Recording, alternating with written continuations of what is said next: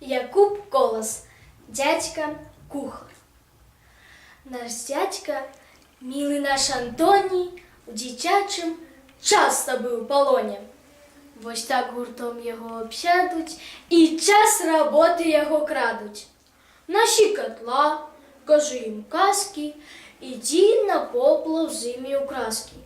Давай відкази на питання, тлумачте їм ущо дозвання. Откуль, з чого, де що береться? Вось гэта, тое, як зоветься, і чому так, чому не гэтак? Прихилен дядька быў да дзетак.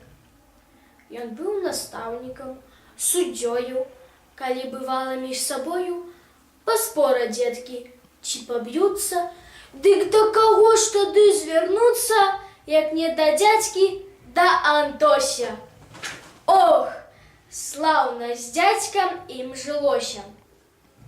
Яшчэ заметьце, што з малымі ён размаўляў як са старымі, і з імі радзіўся, спрачаўся, як роўны з роўнымі трымаўся. Калі ж хто часам з ім не зладзіць, то дзядзька толькі вус пагладзіць. Але не скажа ён нічога, бо ведаў, чым даняць малога.